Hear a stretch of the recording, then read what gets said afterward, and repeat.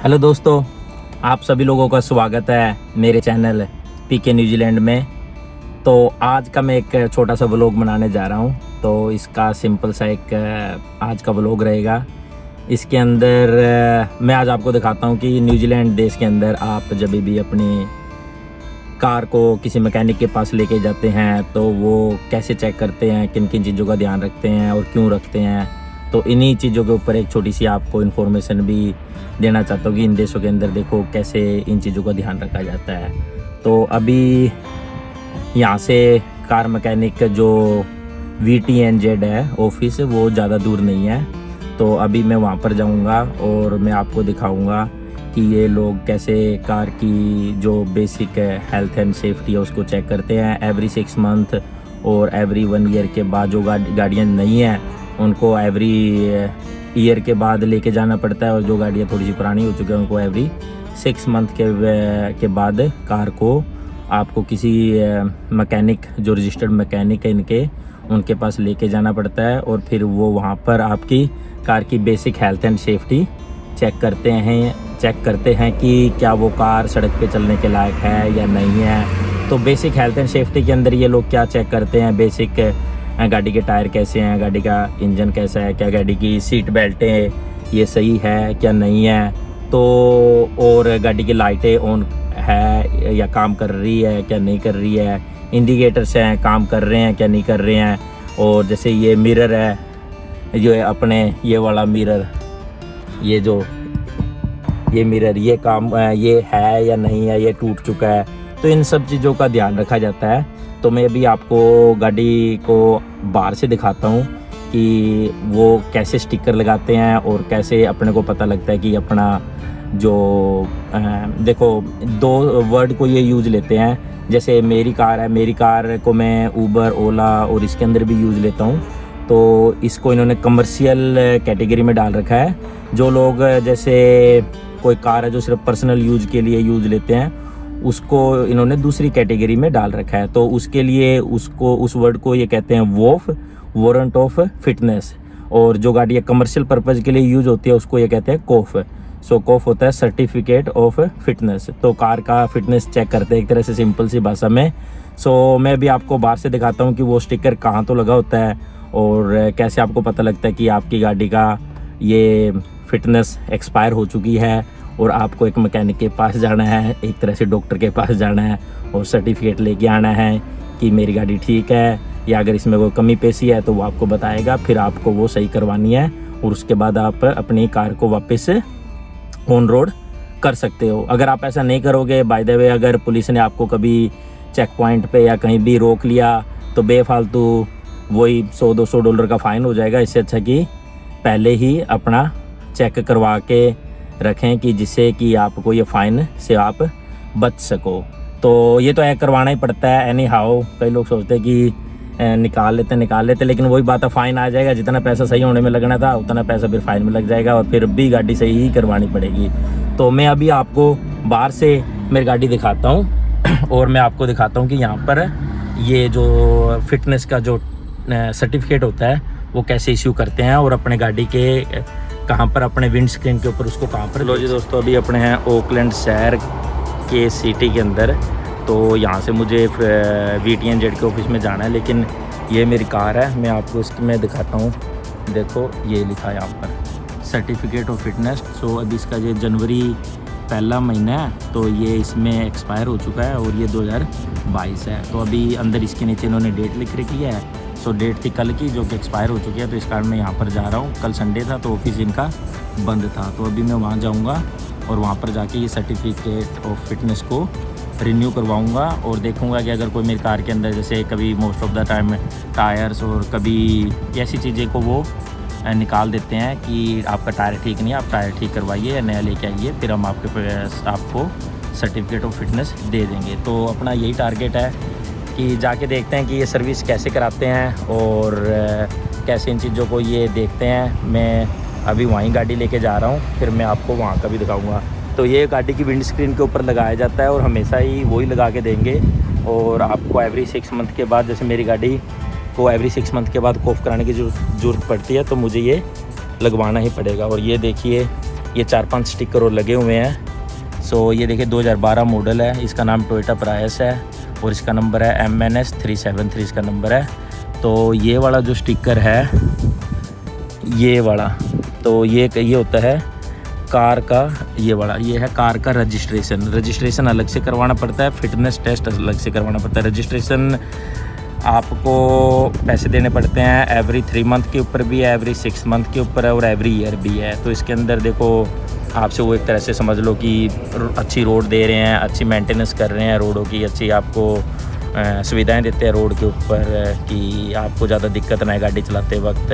तो इन सब चीज़ों का एक तरह से लगा लो कि मेंटेनेंस फ़ीस और सिस्टम को चलाने के लिए जो खर्चा चाहिए वो यूज़र से लिया जाता है। अभी यहाँ से ज़्यादा दूर नहीं है, अभी मैं जा रहा हूँ वहीं और फिर मैं वहाँ जाकर आपको दिखाता हूँ कि वो आज अपनी गाड़ी के अंदर क्या गलतियाँ निकालेंगे। गलतियाँ तो क्या है, सही चीज़ें बताते हैं कि ये सब चीज़ें आप सही करवा लो और जिससे कि आपका एक्सीडेंट होने का ख़तरा कम रहता है और आप सेफ़ ड्राइव कर सको। तो अभी अपने जाते हैं VTNZ पर और देखते हैं कि आगे का सीन क्या है। तो जुड़े रहिए मेरे चैनल के साथ, अभी मैं आपको वहीं लेके जा रहा हूँ। लो जी दोस्तों, अपने पहुँच चुके हैं VTNZ के कार वर्कशॉप के फ्रंट में। सो अभी हम गाड़ी इसमें एंटर करेंगे और इनसे पता करते हैं कि आगे का सीन आज क्या है, कि क्या ये लोग कोफ कर रहे हैं, क्या सर्विस कर रहे हैं कि नहीं कर रहे हैं आज गाड़ियों की। तो सर्विस तो नहीं होती है एक तरह से, ये एक तरह से होती है आप गाड़ी का कोफ करवा रहे हो, आप एक सर्टिफिकेट लेना चाहते हो इनसे और जिससे कि आपको ये विंड स्क्रीन के ऊपर सर्टिफिकेट लगा देंगे और जिससे कि आप अपनी गाड़ी को ऑन रोड कर सकते हो। अगर आपको कोई पुलिस नहीं रोक पाएगी, अगर रोकेगी तो वो सर्टिफिकेट टेस्ट को चेक करेगी। तो अभी के लिए मैं अंदर जाके आता हूँ, देखता हूँ कि ये लोग, ये ऐसे इनका ऑफिस होता है, ऐसे ऐसे गाड़ियाँ इधर आके पार्किंग में लगती है। तो अभी मैं अंदर जाके आ रहा हूँ और देखता हूँ कि ये लोग आज अवेलेबल। लो जी दोस्तों, अपनी गाड़ी अंदर पार्क करके आए हैं और अपने ने अपनी टिकट कटवा ली है। $63 इसकी फ़ीस है सिर्फ चेकिंग की, कि आपका कोफ हम करेंगे और चेक करेंगे। अगर कोई गलती हुई उसमें, वो अगर उसमें गलती का मतलब जैसे आपके टायर रिप्लेसमेंट है या आपका कोई ब्रेक में प्रॉब्लम है या कोई भी अदर मेंटेनेंस इश्यू है, उसके पैसे आपके अलग से लगेंगे। सो ये सिर्फ है service charges $63 for certificate of fitness. So VTNZ में भी अपने खड़े हैं, तो ये मेरे पास रसीट है $63 की। सो देखते हैं, इन्होंने कहा कि अभी आधा पौना घंटा लगेगा और वेट करो बाहर और फिर आप आ जाना और फिर हम बताएंगे आपको कि आपकी कार का फिटनेस टेस्ट पास हो गया या नहीं हो गया। अगर नहीं हुआ तो मुझे यहाँ के किसी और मैकेनिक के पास जाना पड़ेगा। अगर जैसे कि टायर की प्रॉब्लम आ जाती है कभी कभी, तो टायर के लिए मुझे कई और मैकेनिक के पास जाना पड़ेगा, टायर शॉप पे जाना पड़ेगा, वहाँ से टायर ख़रीदना पड़ेगा और या रिप्लेस करके वापस यहाँ पर कार लेके आनी पड़ेगी और फिर ये लोग चेक करेंगे वापस और फिर ऐसे करके एक आपको सर्टिफिकेट ऑफ फिटनेस कार का एक तरह से वॉफ लगा लो या कोफ लगा लो। सेम ही प्रोसेस वॉफ के अंदर होती है और सेम ही प्रोसेस कोफ के अंदर होती है। तो कोई बिग डिफरेंस नहीं है, सिर्फ डिफरेंस जो मैंने आपको पहले बताना था बता दिया है वो है और कुछ नहीं है। और सब बेसिक गाड़ी की हेल्थ एंड सेफ्टी चेक होती है कि car is fit to drive और नॉट। तो बस अभी वेट कर रहे हैं, देखते हैं आधा पौना घंटा लेंगे या इससे ज़्यादा लेंगे। जैसे ही कार बाहर आएगी मैं आपको बताता हूँ और आगे का सीन दिखाऊंगा कि क्या हुआ, कि और पैसे लगेंगे या नहीं लगेंगे। सो जुड़े रहिए जब तक अपनी कार आ नहीं रही है। सो अभी के लिए इतना ही, थैंक यू। हेलो दोस्तों, अपनी गाड़ी का कोफ जिसका फ़िटनेस टेस्ट था वो हो चुका है पास।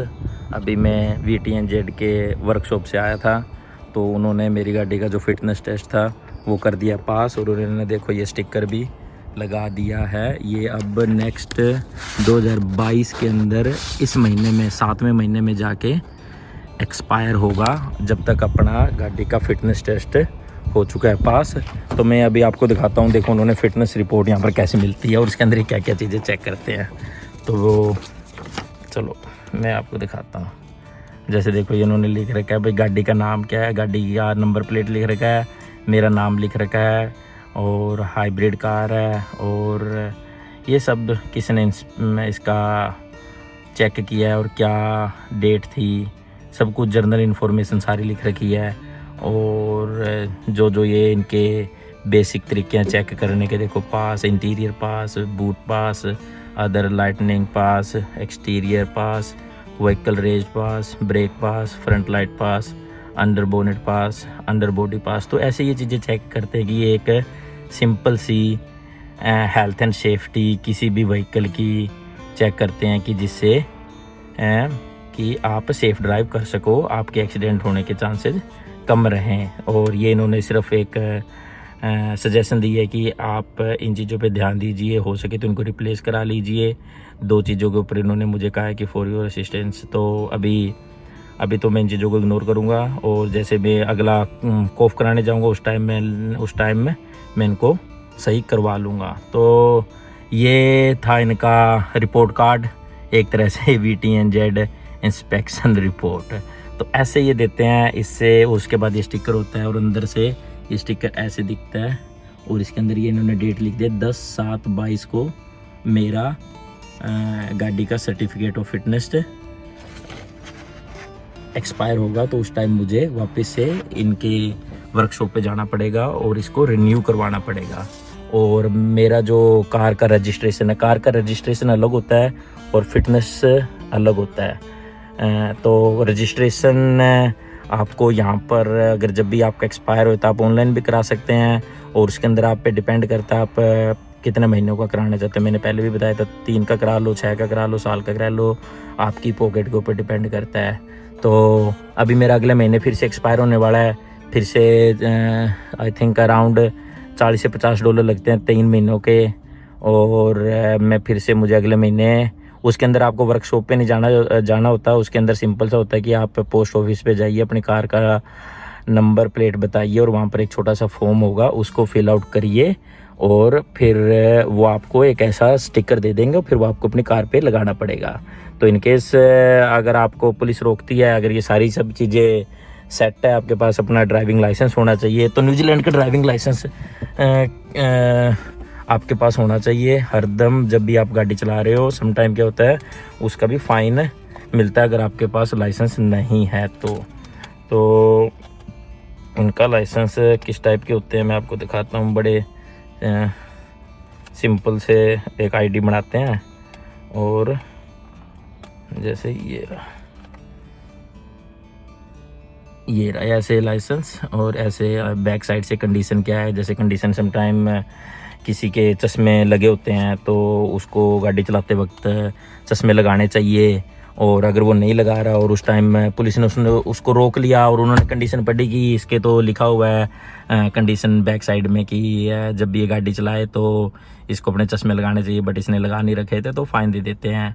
और अगर यहाँ पर कभी भी आपको पुलिस रोकती है, सायरन देती है, तो आपको गाड़ी से बाहर नहीं निकलना, पुलिस आपके पास आएगी, विंडो डाउन करिए, और बड़ी ही इज्जत के साथ आपके साथ पेश आएगी, और आपके सारे रिक्वायर्ड ये जो भी चीज़ें होती है ये सब चीज़ें चेक करेंगी, सब चीज़ें सेट हैं, टायर डेट डाट सारी एक्सपायर तो नहीं हो चुकी है। अगर कोई एक्सपायर है तो आपको फ़ाइन भी दे दिया जाता है, और फिर आपको एज सुन एज पॉसिबल वो वापस सही करवानी पड़ती है, और अपनी कार को फिर से अप टू डेट करना पड़ता है गाड़ी को बैक रोड ले आने के लिए।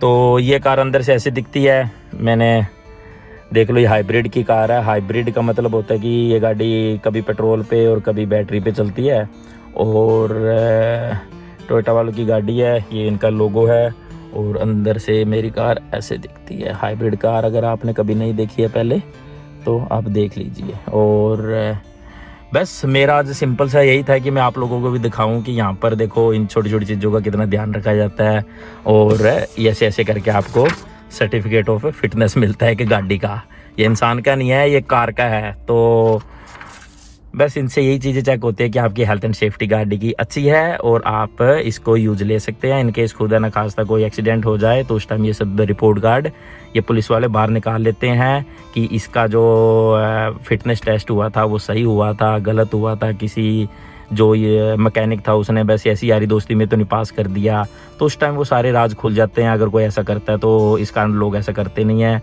कि एक्सीडेंट हो जाए तो उस टाइम ये सब चीज़ें पुलिस इन्वेस्टिगेट करेगी कि इसमें कोई गड़बड़ थी या नहीं थी गाड़ी के अंदर।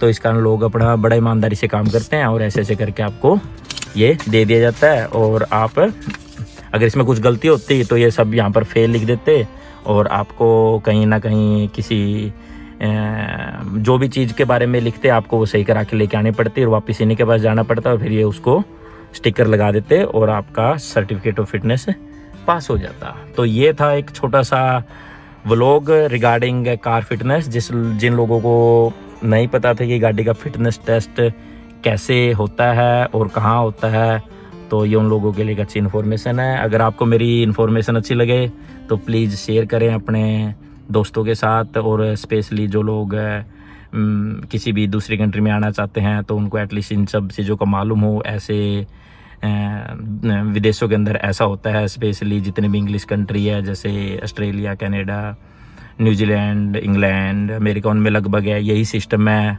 वहाँ पर कुछ और कह देते होंगे लेकिन लगभग ऐसा ही होता है और ऐसे चेक करते हैं और ऐसे गाड़ियाँ सड़कों पे अपना फिटनेस टेस्ट लेके चलती हैं। तो आज के लिए इतना ही दोस्तों, और thank you so much for watching my video and जुड़े रहिए मेरे चैनल के साथ और प्लीज़ मेरे चैनल को सब्सक्राइब करें। और मेरा फेसबुक पे भी पेज है पीके न्यूजीलैंड के नाम से, आप उसको भी फॉलो करें मेरे साथ कनेक्ट होने के लिए।